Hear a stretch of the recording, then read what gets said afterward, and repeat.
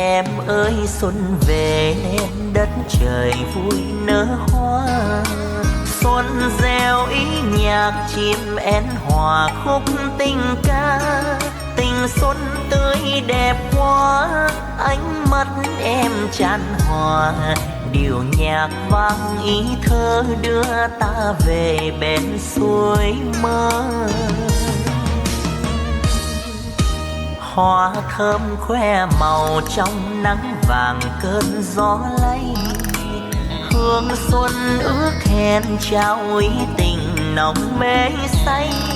Đầu xuân dâng lòng hái, cầu sóng thân an lành, bên ly rượu mừng vui thắm tình xuân ngát xanh.